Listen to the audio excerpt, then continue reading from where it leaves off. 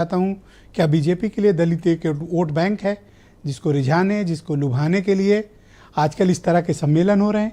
ये सम्मेलन आपकी पार्टी ने पहले क्यों नहीं किए? अब आरोप ये लग रहा है कि आपको उनका वोट चाहिए, इसलिए आप सम्मेलन कर रहे हैं। आपका जवाब?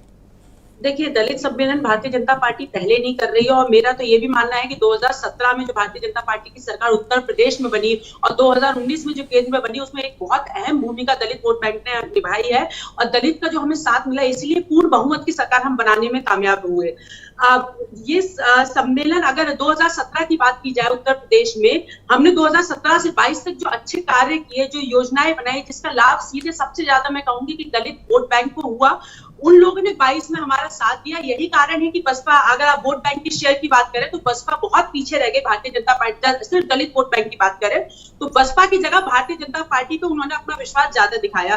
भारतीय जनता पार्टी, मैं साथ में ये भी कहना चाहूंगी कि भारतीय जनता पार्टी ये नहीं कि जनता भ्रमित होकर भारतीय जनता पार्टी को पसंद नहीं किया, स्पेशली दलित वोट बैंक। उन्होंने देखा, 2-5 साल की सरकार हमारी देखी, जहां हमने सबका साथ, सबके विकास को लेकर कार्य किया। हमने किसी प्रकार का भेदभाव नहीं किए। पहले अगर उत्तर प्रदेश में देखा जाए, सबको मौका दिया है, चाहे कांग्रेस हो, चाहे बसपा हो, चाहे सपा हो। हमने देखा है किस प्रकार से जब कांग्रेस को मौका दिया गया, उन लोग ने दलितों की तो बिल्कुल ही चिंता नहीं की। मैं तो कहूंगी किसी भी वर्ग को लेकर साथ नहीं चली। यही कारण है कि आज कांग्रेस की स्थिति में उत्तर प्रदेश में है। बाद में उन्होंने इलेक्शन के टाइम में स्वाभिमान यात्रा जरूर निकाली, लेकिन अगर स्वाभिमान की रक्षा की होती तो यात्रा निकालने की आवश्यकता नहीं होती। मैं आपसे कारण जानना चाहता हूं कि उत्तर प्रदेश में भारतीय जनता पार्टी को दलित समाज क्यों वोट दे?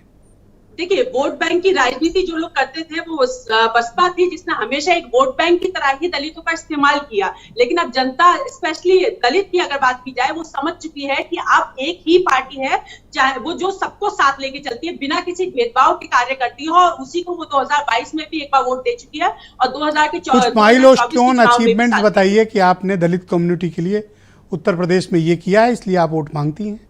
मुझे कुछ कारण गिनाएं, कुछ योजनाएं गिनाएं। सबका साथ सबका विकास, विजय जी, जो हमारा मूल मंत्र है सबका साथ सबका विकास, उसमें अंतिम पायदान पे जो बैठा व्यक्ति है उसके लिए कार्य करता है और उसमें अधिकतर दलित है। तो हमारा प्रयास यही रहता है कि उनके जीवन में परिवर्तन लाया जाए, चाहे वो आवास की बात की जाए, चाहे शौचालय की बात की जाए, शिक्षा की बात की जाए, बिजली की बात की जाए, अच्छे रोड ट्रांसपोर्ट सिस्टम की बात की जाए।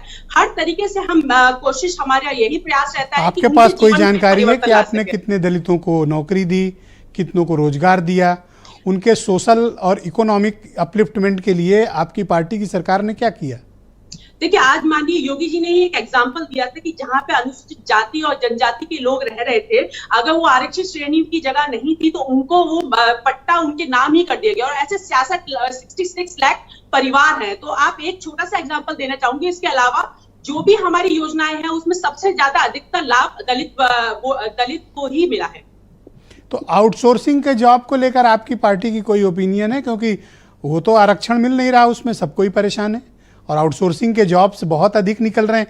क्लास 3 क्लास 4 के तो काम ही आउटसोर्सिंग से हो रहे हैं, वो नौकरी तो लोगों को मिल नहीं रही। अगर आप रोजगार की बात कर रहे हैं तो भारतीय जनता पार्टी के कार्यकाल में जितनी भी हमारी सरकारी नौकरी निकली है, उसमें बिना किसी भेदभाव के कार्य किया, मतलब सरकारी नौकरी मिली है। और सबसे बड़ी बात कि किसी प्रकार के जो लेन देन चलता था, जो दलाली सिस्टम चलता था, पहले आपने समाजवादी का भी कार्यकाल देखा, जहां नौकरी बाद में निकलती थी, नोटिफिकेशन बाद में निकलता था, नौकरी पहले ही पक्की हो जाती थी किस किस को मिलेगी।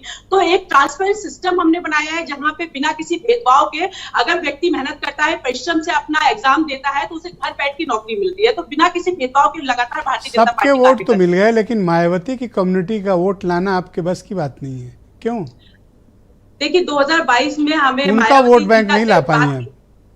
देखिए, अगर 2022 की आप इलेक्शन की बात की जाए तो वहां पे हमें बहुत ज्यादा जाटव समाज का भी वोट मिला है। यही कारण है कि एक पूर्ण बहुमत की सरकार हम बना पाए। और मुझे लगता है 2024 में जब बात होती है, एक बार के लिए आप कह सकते हैं कि राज्य सरकार जो स्टेट के इलेक्शन होते हैं उसमें फिर भी हमारी तरफ उतना आकर्षित नहीं होता है एक पर्टिकुलर वर्ग की बात की जाए। लेकिन जब मोदी जी की बात आती है तो सब समाज की तर्ज पर ही। थैंक यू साक्षी जी, हमारे साथ जुड़े रहिएगा डिबेट के दूसरे चरण में।